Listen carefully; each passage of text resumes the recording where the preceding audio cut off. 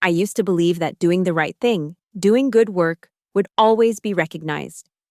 Until the day our new CEO called me into her office and said, "We need to cut costs, and you're part of that equation. Nothing personal." But 3 weeks later, I stood before the board of directors with evidence of $4.6 million in fraud. By then, it had become very personal indeed. My name is Natalie Granger, and for 8 years, I'd been the deputy CFO at Virion Technologies, a green tech company that promised to revolutionize sustainable energy solutions. At 38, I'd built my reputation on precision, integrity, and an almost obsessive attention to financial detail. The previous leadership team had valued these qualities. They'd brought me in specifically to oversee internal audits during our aggressive merger phase. But everything changed 6 months ago when Samantha Locke arrived. Young, sharp, and radiating ambition like a nuclear reactor. Our new CEO swept through the executive floor with promises of exponential growth and disrupting our own disruption. The board ate it up. Who wouldn't? She was everything they wanted: Harvard MBA, track record of turning around struggling startups, and a smile that could sell ice to Eskimos. From day one, I felt the shift.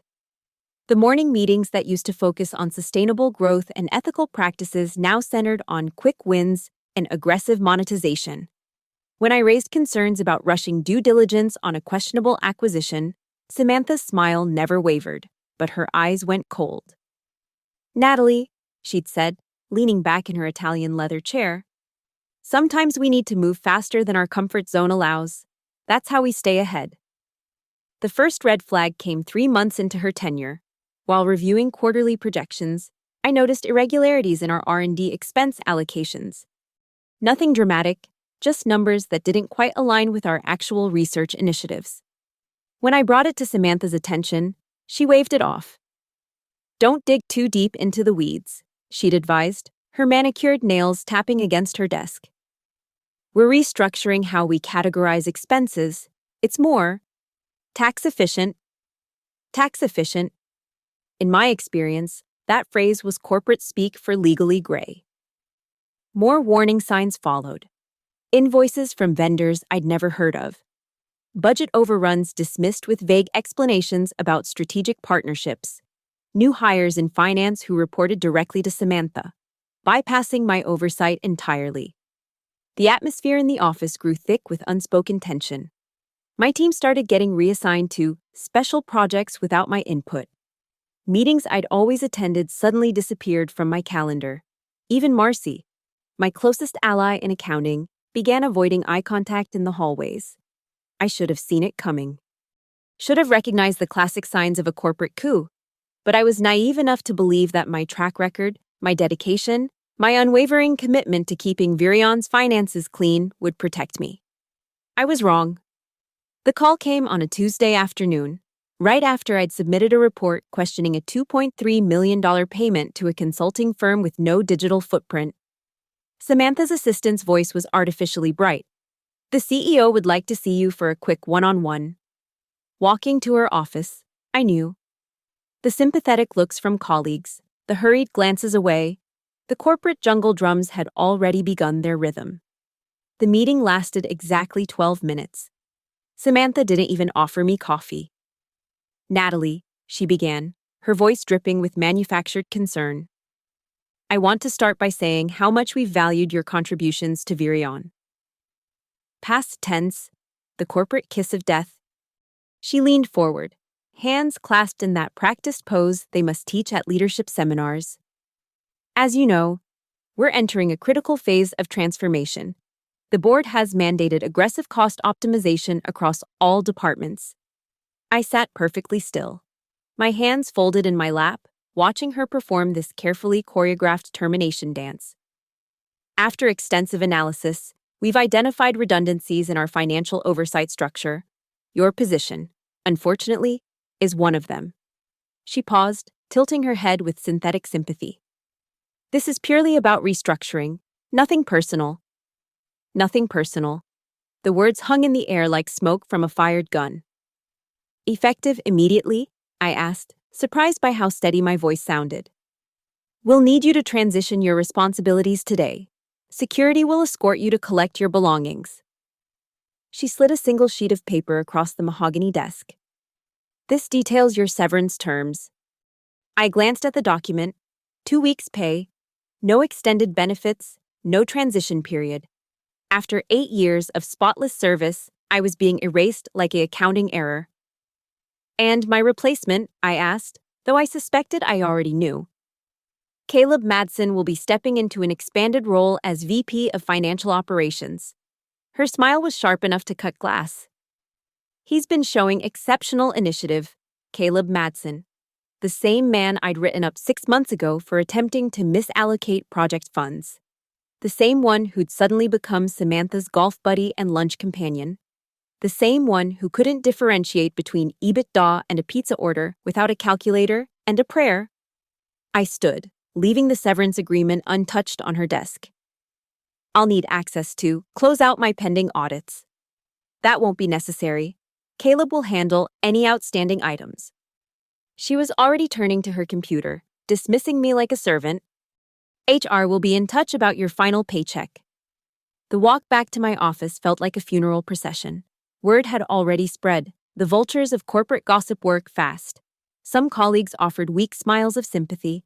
Others suddenly found their shoes fascinating. Security arrived before I'd even reached my desk. 2 guards I'd chatted with every morning for years now stood stiffly, avoiding eye contact. They watched as I packed 8 years into a cardboard box, family photos, industry awards, the coffee mug my team gave me that read, "World's Most Meticulous CFO." My computer was already locked out, my company phone disabled, my access badge deactivated before I'd even reached the elevator. "Sorry, Natalie," mumbled Gary, the older security guard. "Just doing our job." The elevator ride down felt endless. 23 floors of humiliation, each ding marking another step away from the career I'd built. In the lobby, I heard whispers following me like a wake. Heard she was too rigid. Blocking innovation. Couldn't adapt to the new leadership style. By the time I reached my car, my professional reputation was being rewritten in real time. The narrative was already set. Natalie Granger, the obstructionist CFO who couldn't embrace change. The dinosaur who preferred lengthy audits to agile financial strategies. My phone, my personal one, buzzed with texts, former colleagues expressing shock, LinkedIn notifications as people viewed my profile. One message stood out from Marcy in accounting. "This isn't right. Check your personal email later." At home, I poured a generous glass of wine and opened my laptop. 14 emails already. Most were generic sympathy notes, but buried among them was one from an address I didn't recognize. Truth in numbers. 23, Proton Mail. Com. Subject line. You weren't wrong about the invoices. No message in the body. Just an attachment. I almost deleted it. Could be malware, could be a trap. But curiosity won. I opened the Excel file. Row after row of transactions. Vendor payments. Consulting fees. All bearing authorization codes I recognized but amounts that made my stomach turn. In 6 months, over $4 million had flowed to companies I'd never vetted. For services never rendered, authorized by the woman who'd just fired me for cost-cutting. I stared at the screen until the numbers blurred. Samantha hadn't just removed an obstacle, she'd eliminated the watchdog. The game had changed. This was no longer about my job. This was about theft on a massive scale, and I was the only one who knew where to look for the bodies. For 3 days, I did nothing but stare at that spreadsheet. Depression and wine were my only companions as I processed the magnitude of what I'd uncovered. Part of me wanted to delete the file, update my resume, and move on. Let Virion burn with Samantha at the helm. Not my problem anymore. But on the 4th morning, anger finally overtook self-pity. I called Marcy from a burner phone I'd bought with cash. Paranoid? Maybe. But if Samantha was willing to orchestrate million-dollar fraud, tapping phones seemed like child's play. "Accounting, this is Marcy." "It's me. Can you talk?" Silence. Then, "I'm going for coffee. Usual place, 20 minutes. The usual place was a bubble tea shop 3 blocks from Virion, where we'd often escaped for gossip and sugar rushes. Marcy arrived looking haggard, constantly checking over her shoulder. "They're watching everyone who was close to you," she whispered, sliding into the booth. "Caleb's been going through your files, asking questions about your methods." "Marcy, I need to know. The anonymous email. Was it you?" She shook her head. "But I know who it was. Remember David from Capital Planning? They fired him last week, same day as you, actually. He called me crying, said he'd been ordered to process payments he knew were fraudulent. When he refused..." She made a slashing motion across her throat. "Is he the only one who..." "God, no. There's at least 4 others I know of. All gone. All replaced by Caleb's people." She pulled out her phone, showed me a photo of an organizational chart. "Look at finance now. It's like a completely different department."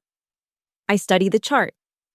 In less than 6 months, Samantha had systematically replaced every senior financial position with her loyalists. It wasn't just fraud, it was a complete institutional capture. "I need evidence," I said. "Real documents, bank records, contracts." Marcy bit her lip. "I can't. If they catch me..." "I'm not asking you to steal anything.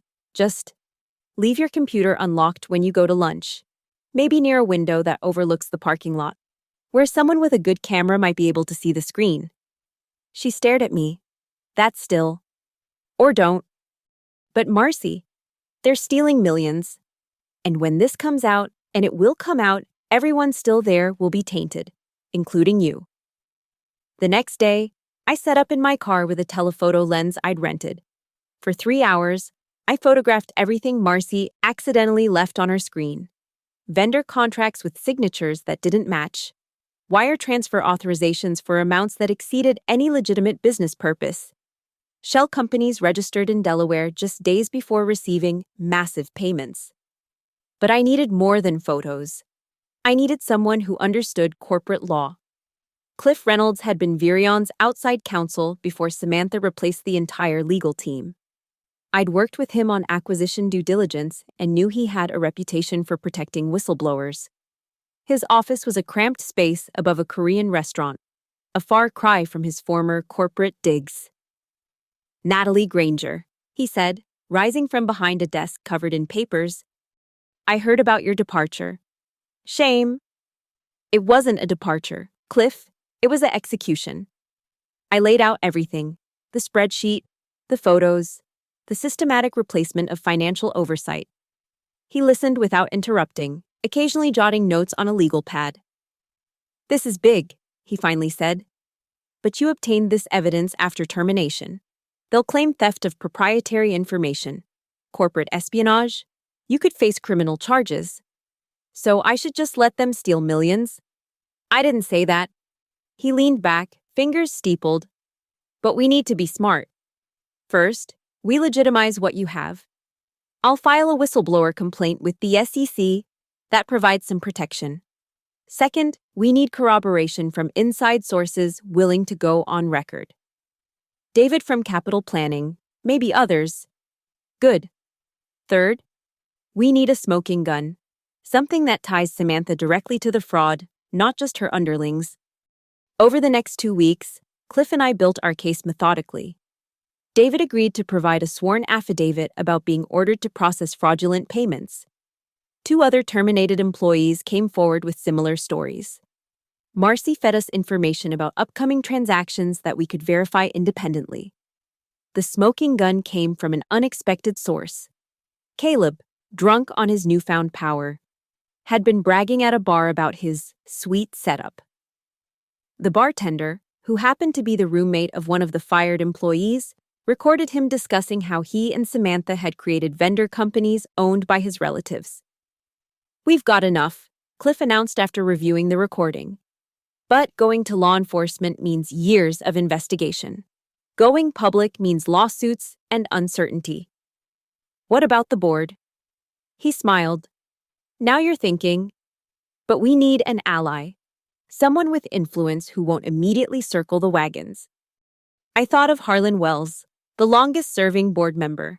He'd been my mentor when I first joined Virion, though we'd lost touch as his involvement became more ceremonial. I might know someone, I said, but it's a long shot. Long shots are all we have, Cliff replied. Time to roll the dice. Reaching Harlan Wells proved harder than infiltrating Fort Knox. His assistant screened calls like a Secret Service agent, and my emails vanished into the digital void. After a week of failed attempts, I resorted to old-fashioned stalking. I knew Harlan's routine from my years at Virion, Tuesday afternoons at the Metropolitan Club, where he'd held court since the Reagan administration. I dressed carefully, conservative suit, minimal makeup, the image of a respectable former executive, not a desperate unemployed accountant hunting for justice. The Metropolitan Club doorman looked at me like I'd crawled from a sewer. Members only, ma'am. I'm meeting Harlan Wells. He's expecting me. A lie, but delivered with enough confidence to earn a phone call. I watched him murmur into the receiver, his expression shifting from skepticism to surprise. Mr. Wells will see you in the library. Harlan sat in a leather wingback chair, looking every inch the corporate patriarch. Silver hair, wire-rimmed glasses, suit that probably cost more than my car. He didn't rise when I approached. Natalie, I heard Samantha let you go. His tone was neutral, giving nothing away. Unfortunate. Unfortunate doesn't begin to cover it. Harlan. Sit. It wasn't a request. You have 5 minutes to explain why you're ambushing me at my club. I'd rehearsed this moment, but facing him, my prepared speech evaporated. Instead, I pulled out a single sheet, a summary Cliff had prepared showing the money flow. Virion is being robbed, systematically, professionally. And the person holding the gun is your new CEO. He studied the paper, his expression unchanging. These are serious allegations. They're not allegations, they're facts, supported by documents, witnesses, and recordings. Recordings obtained how? Does it matter? $4.6 million. Harlan, that we know of. How much more has disappeared that we haven't found yet? He removed his glasses, cleaning them slowly. Samantha came highly recommended. Her turnaround of Nexus Dynamics was impressive. Did anyone verify that turnaround, or just take her word for it? A flicker of something, doubt, crossed his face. The search committee was thorough. The search committee was dazzled. She's charismatic. I'll give her that. But charisma doesn't justify fraud. You're asking me to believe that our new CEO, vetted by the country's top search firm, is a common thief? I'm asking you to look at evidence, bank records, contracts, testimonies from employees she fired when they questioned her methods. I leaned forward. Harlan, you taught me that numbers don't lie. Look at the numbers. He was silent for a long moment. Then, show me everything. The next 3 hours were spent in a private dining room, papers spread across the mahogany table like evidence at a crime scene. Harlan's expression grew progressively grimmer as he absorbed the scope of the fraud. This vendor, Pinnacle Solutions, it was incorporated 3 days before we paid them $800,000. Caleb Madsen's brother-in-law owns it. They've received $1.2 million total. And these consulting fees? Services never rendered. The companies exist only on paper. By the time we finished, Harlan looked 10 years older. If this is true, it's true, then we have a crisis that could destroy Virion. The lawsuits alone. Which is why Samantha needs to be stopped now, before the damage becomes irreversible. He stood, pacing to the window overlooking Central Park. The next board meeting is in 10 days, quarterly review. She'll have sanitized everything by then. Not if we convene an emergency session. He turned back to me. I'll need everything properly documented. Legal review, chain of custody for evidence, no ambiguities. Cliff Reynolds is handling that. He's prepared to present to the board. Cliff's good. Trusted. He paused. You realize what you're asking me to do? To accuse a sitting CEO of fraud based on evidence gathered by a terminated employee? I'm asking you to protect the company you've served for 15 years. And if you're wrong, if there are explanations for these transactions, then Samantha can provide them. In front of the full board, under oath. He laughed, a bitter sound. Corporate politics aren't that simple, Natalie. Board members have relationships, alliances, some pushed hard for Samantha. And when the FBI investigates, when shareholders sue, will those alliances matter then? That landed. He returned to his chair, suddenly looking his age. I'll need 2 other board members to support calling an emergency meeting. Catherine Chen might listen. She's always been skeptical of rapid changes. And possibly Jerome Martinez. Whatever you need, just don't let her know it's coming. The moment she suspects, I've been dealing with corporate snakes since before you were born, he said sharply. Then, softer. I'm sorry about how you were treated. It wasn't right. This isn't about me anymore. It's about stopping her before Virion becomes another Enron. As I left the club, my phone buzzed. Marcy, texting from her personal phone. Something big happening. Samantha called all-hands finance meeting for tomorrow. Mandatory attendance. People are scared. I forwarded the message to Cliff with a note. She might be accelerating her timeline. How fast can you move? His response was immediate. Emergency board meeting needs 72-hour notice per bylaws. Can you hold the fort that long? 72 hours.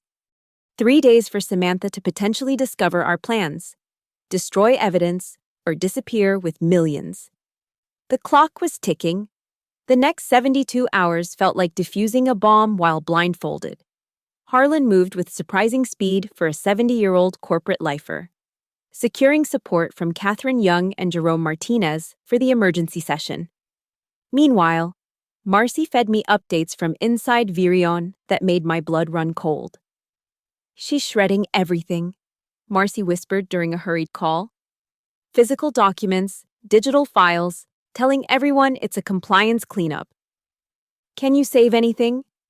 I'm trying, but Caleb's watching everyone like a hawk. Cliff worked around the clock, preparing our presentation with the precision of a prosecutor. We organized evidence into 3 categories: documented fraud, witness testimonies, and the paper trail connecting Samantha directly to the scheme. But we needed one more piece, something irrefutable. It came from David, who'd been stewing in anger since his termination. I kept copies, he told me over coffee, sliding a USB drive across the table.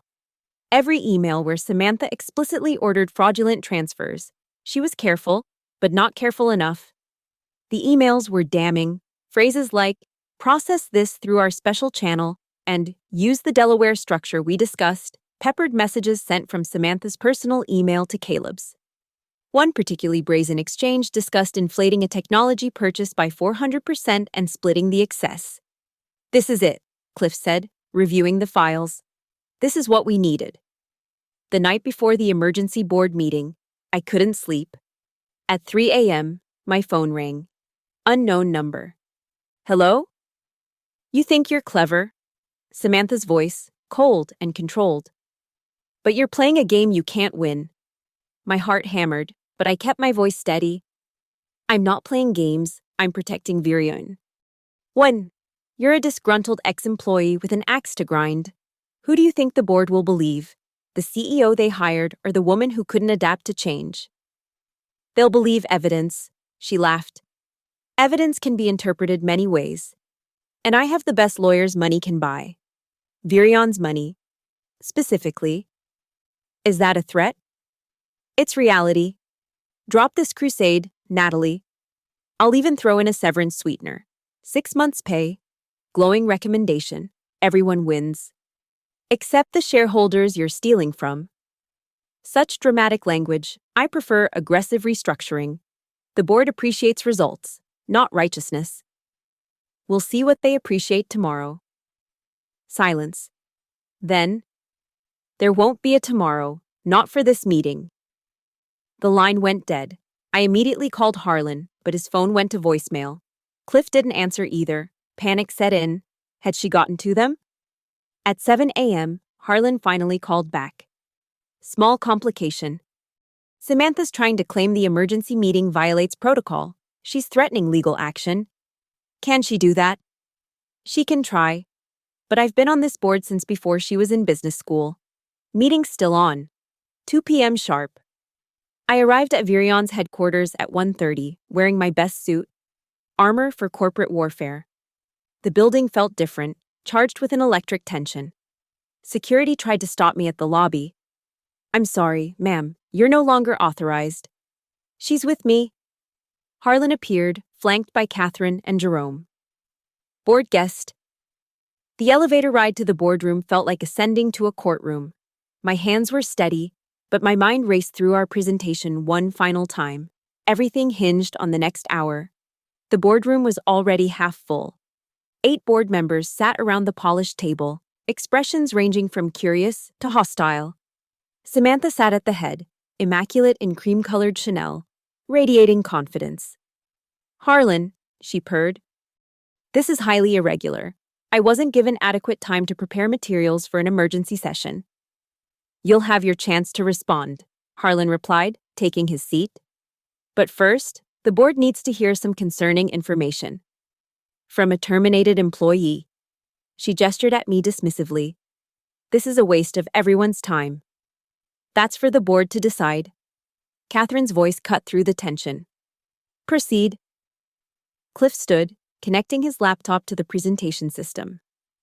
Directors, what you're about to see documents systematic fraud totaling at least $4.6 million over 6 months.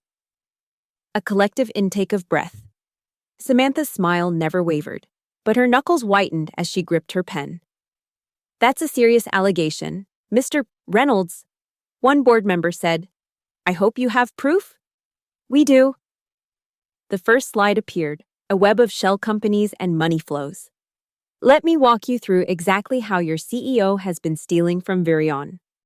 For the next 40 minutes, Cliff presented our case with surgical precision, documents, bank records, emails. The recording of Caleb bragging about their scheme. With each piece of evidence, the atmosphere grew heavier. Board members who'd entered skeptical now looked sick. This is fabricated, Samantha interjected when Cliff showed her emails. Deepfakes, digital manipulation. I demand these be authenticated by independent forensics. They have been, Cliff replied smoothly, producing a notarized report from a digital forensics expert.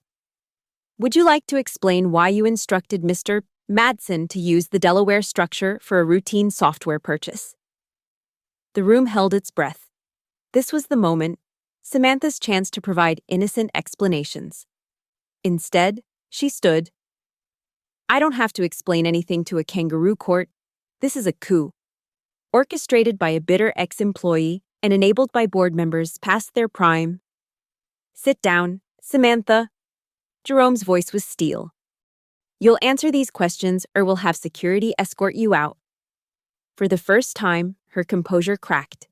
The crack in Samantha's composure spread like a fault line during an earthquake.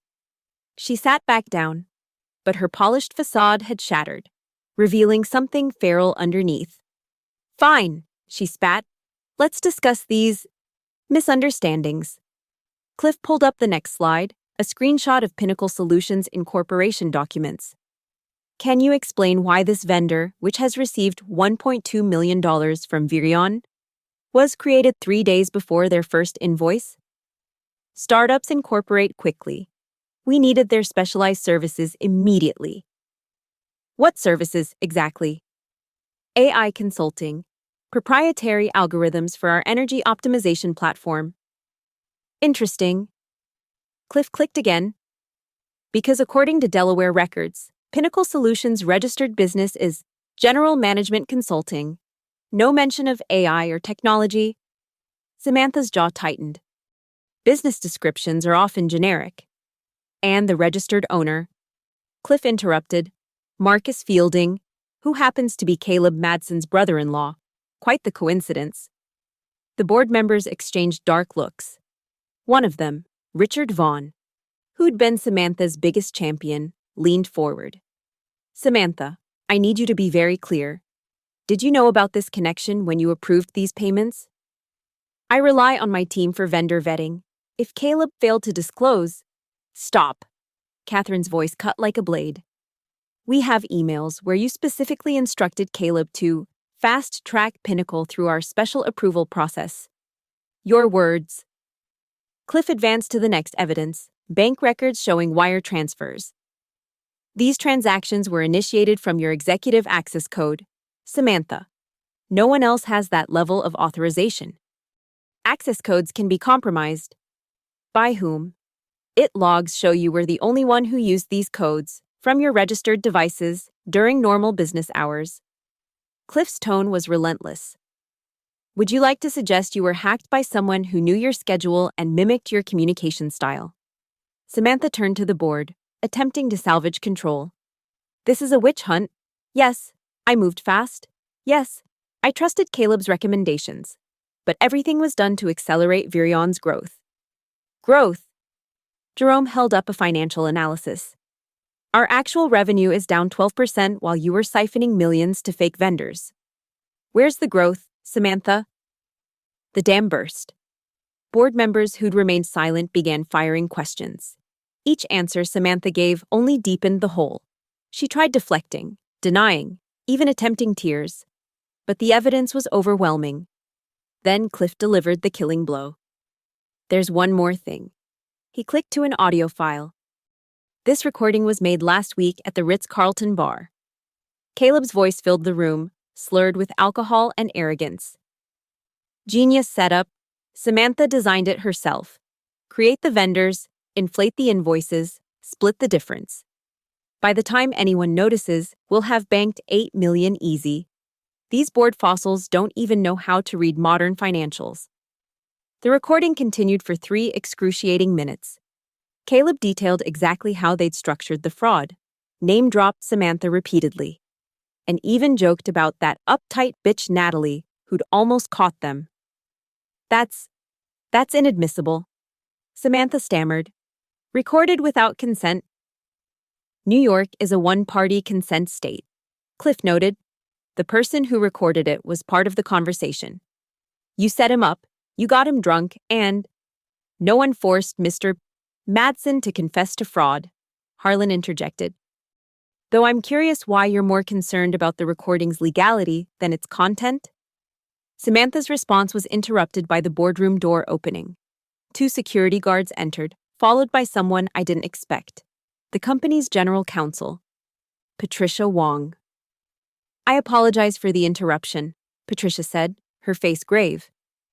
But I've just received notice from the FBI. They're requesting all financial records related to our vendor payments for the past year. They specifically mentioned Pinnacle Solutions and 3 other companies. The blood drained from Samantha's face. You called the FBI? We didn't, Harlan said quietly. It seems someone else was concerned about Virion's financial irregularities. Patricia, when do they want the records? They're sending agents tomorrow morning. They've asked that all relevant personnel remain available. Samantha stood abruptly. I need to speak with my attorney. Sit down, Richard Vaughn commanded. His transformation from supporter to inquisitor was complete. You're not leaving until we vote. Vote on what? Your immediate termination for cause. Harlan's voice was final. All in favor. 8 hands rose without hesitation. Motion carried. Security, please escort Ms. Locke from the building. Ensure she takes nothing but personal items. Samantha looked around the room wildly, her composure completely shattered. You can't do this. I have contracts, golden parachutes. Void in cases of fraud, Patricia noted. It's quite clear in your employment agreement, Section 47, subsection C. As security approached, Samantha's eyes locked on mine. Pure hatred blazed in them. You vindictive bitch. You destroyed everything. No, I said quietly. You did that yourself. I just made sure everyone could see it. She lunged toward me, but security caught her arms. The last image I had was her being forcibly removed. Designer heels scraping against the carpet, still screaming threats about lawsuits and revenge. The boardroom fell silent. 8 of the most powerful people in green technology sat stunned, processing what had just happened. Finally, Jerome spoke. We need to discuss Caleb Madsen. Security is already looking for him, Patricia reported. His keycard was used to exit the building an hour ago. His office has been cleared out. Of course, the rat had fled the sinking ship. The aftermath unfolded like dominoes falling in perfect sequence. Within 24 hours, the FBI raided Virion's offices, seizing servers and boxes of documents. Caleb Madsen was arrested at JFK Airport, attempting to board a flight to Costa Rica with $300,000 in cash. The image of him being perp-walked past news cameras in handcuffs became the thumbnail for every business news outlet in the country. Samantha hired the best defense attorneys money could buy, ironically, with funds she'd stolen from Virion. But even the slickest lawyers couldn't spin away the mountain of evidence. The FBI found even more than we had: offshore accounts, cryptocurrency wallets, a whole network of fraud extending to her previous companies. Turns out, Virion wasn't her first victim, just her most ambitious target. The board meeting reconvened the following week. The atmosphere was somber. 8 executives grappling with how badly they'd been deceived. Harlan stood to address the elephant in the room. We owe Natalie Granger an apology, he said simply. And more than that, we owe her our gratitude. Without her courage and persistence, Virion would have been hollowed out from within. They offered me my job back. Full reinstatement. A promotion to CFO, a substantial raise, and a public apology. The offer was delivered by Richard Vaughn himself, the man who'd championed Samantha's hiring. We need someone we can trust, he said. Someone who's proven they'll do the right thing, even at personal cost. I looked around the boardroom where I'd been vindicated, at the faces of executives who'd let me be thrown away like garbage just weeks before. The sunlight streaming through the windows felt different now, not warming, but exposing. No, I said. The simple word hung in the air like a challenge. The salary is negotiable, Richard quickly added. Stock options, signing bonus. It's not about money. I stood, gathering my things. Virion let a cancer metastasize because the tumor looked good in a suit and talked about exponential growth. You didn't just fail to see the fraud, you enabled it by silencing anyone who asked uncomfortable questions. That's unfair, someone started. Is it? How many red flags did you ignore because the quarterly projections looked good? How many ethical corners were you willing to cut for the promise of quick returns? I moved toward the door. Virion needs a CFO who can rebuild trust, inside and out. But that can't be someone who was collateral damage in your leadership failure. Harlan caught up with me at the elevator. You're right, he said quietly. We failed you. Failed the company. But walking away won't fix that.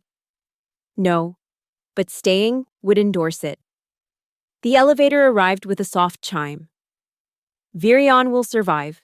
The fraud will be recovered through insurance and legal action. Samantha and Caleb will face justice.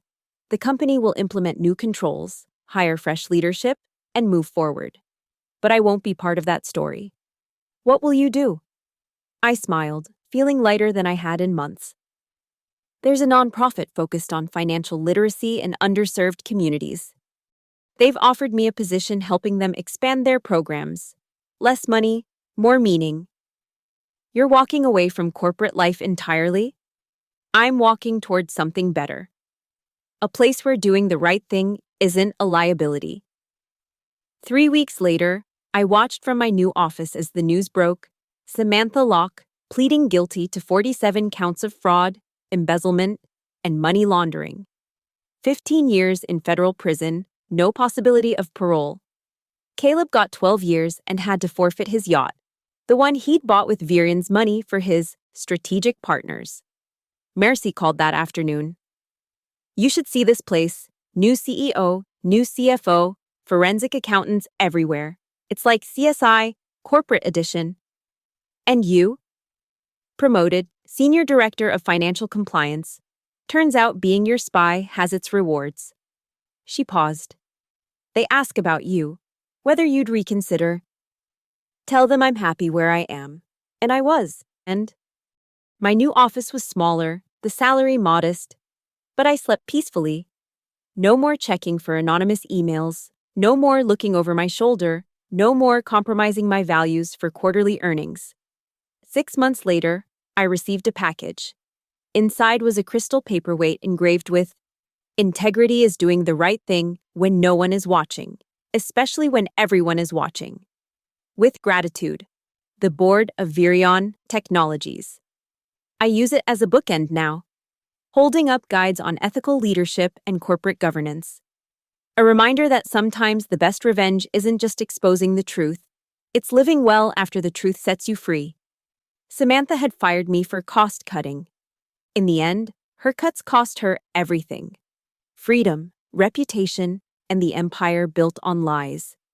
As for me, I gained something worth more than any corporate title or stock option. I gained the knowledge that when power tried to silence me, I found my voice. And when they knocked me down, I didn't just get back up, I brought the whole corrupt house of cards down with me.